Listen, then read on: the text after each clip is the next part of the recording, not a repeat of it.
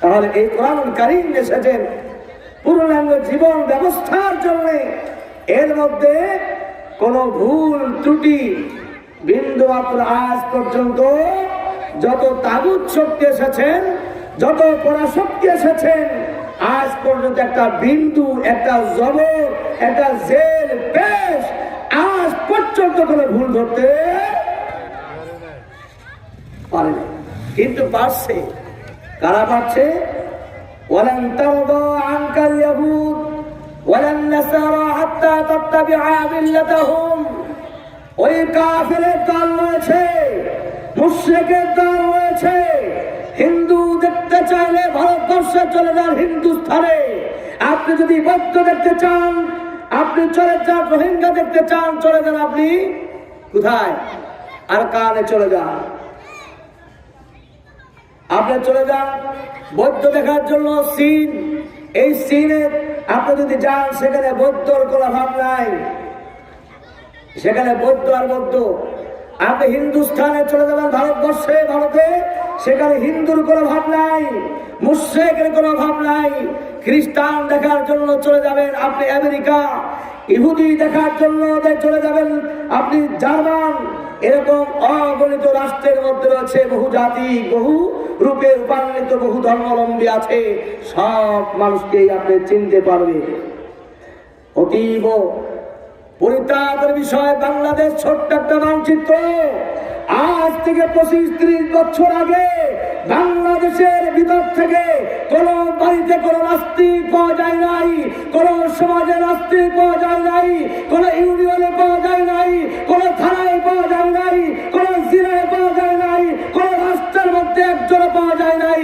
একজন মাত্র নর্তকের কি, জাহান্নামের কি, তসলিম নাস্তিক যখন আল্লাহর ভুল ধরল, কোরআনের ভুল ধরল, সূরা তিনের ভুল ধরল, পুরুষ আর নারীর মধ্যে বিভাজনের ভুল করেছে, গোটা বাংলাদেশে মুসলমানের হুঙ্কারে এই দেশে ভারত যেতে বাধ্য হয়েছে। ঠিক কিনা বলুন? একজন নাস্তিক ছিল, সেই নাস্তিক বাংলাদেশের মাটিতে থাকতে পারে নাই। কোরআন বিরোধী স্লোগান দিয়ে, কোরআন বিরোধী কথা বলে, যিনি বলেছিলেন একজন পুরুষ যদি 4টা-10টা বিয়ে করতে পারে, একটা নারীরা বিয়ে করতে পারবে না। কেন পারবে না? এর জবাব আল্লাহ কোরআনে দিয়েছে। আজ তসলিমা নাসরিন ছিলেন একা, চলে গেছে সেই 20 বছর, 25 বছর, 30 বছর আগে। আজ বাংলাদেশের অবস্থানটা কোথায়? ইমাম সাহেব কোন দল নাই, কোন পথ নাই, তিনি কোরআনের উপর আছে, এই জন্য কারোর সাথে কোনো কথা বলে না, কোরআনের রশিতে বেলে না, এই জন্য একা একা থাকে। ওই ইমাম সাহেব যদি 7 দিন থেকে 10 দিন কোরআনের ওই মসজিদের কোনায় বসে যদি তাফসীর করে, এই সমস্ত এলার্জিয়ালা, এই সমস্ত মুশরিকের জাতিরা, এই সমস্ত বেঈমান মুশরিকেরা, মুনাফিকেরা ইমাম সাহেবকে 1 মাসের মধ্যে তাড়ায় দম নেবে, তাড়ানোর জন্য চেষ্টা করবে কিনা বলবো? অথচ আল্লাহ তাআলা বলছেন, আফাতুমিনুনা বিবাদিল কিতাব ওয়া তাকফুরুনা বিবাদ। আমি এই কোরআন নাযিল করলাম, এই কোরআনে কিছু মানবা আর কিছু মানবা না। উলাইকা হুমুল কাফিরুনা হাক্কা।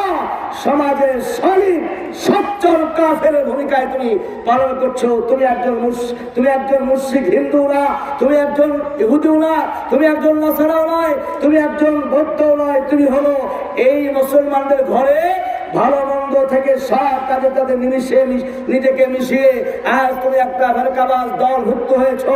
সব মানুষের ডান হাত আছে, সব মানুষের বাম হাত আছে। খ্রিস্টানের ডান হাত আছে, এই খ্রিস্টানের বাম হাত আছে, ইহুদিদের ডান হাত আছে, বাম হাত আছে। সব জাতির সব ধর্মাবলম্বীর 2টা হাত আছে, কিন্তু মুসলমানের ঘরে জন্ম নিয়ে আর একটা হাত উৎপত্তি হলো, আর একটা হাত তৈরি হয়েছে। সেই হাতের নাম হলো অজুহাত। অজুহাতের নামে 17টা বছর আলেমদেরকে জেলবন্দি করেছে, ফাঁসির কাস্টে ঝুলিয়েছে, ঢাকা বিশ্ববিদ্যালয়ে আযান বন্ধ করেছে, বিভিন্ন মসজিদে ইমামের সামনে থেকে মাইককে কেড়ে নেওয়া হয়েছে। এই 17 বছরের মধ্যে মাহফিলের মধ্যে সামনে আলেম ওলামাকে বিভিন্ন গান বন্ধ করে তাদের সামনে থেকে মাইক কেড়ে নেওয়া হয়েছে। কোন মুশরিক পায় নাই, কোন ইহুদি পায় নাই, কোন নাস্তিক পায় নাই, কোন জার্মানি কোন লোক পায় নাই, ওই বিভিন্ন রাষ্ট্রের লোক পায় নাই। শুধু বাংলাদেশ থেকে মুসলমানের মধ্যে একজন প্রত্যেকটা অজুহাত আলা একটা নিকৃষ্ট মুনাফিকের জন্ম হয়েছে। সেই মুনাফিকদের মাথায় মাঝে মাঝে টুপিও দেখা যায়, ওই মহারায়কেও দেখা যায়, হিন্দু পুরানো রায়কেও দেখা যায়, ওই আপনার ধরা পড়লে তাকে বেল করে আসে সব জায়গায় দেখা যায়।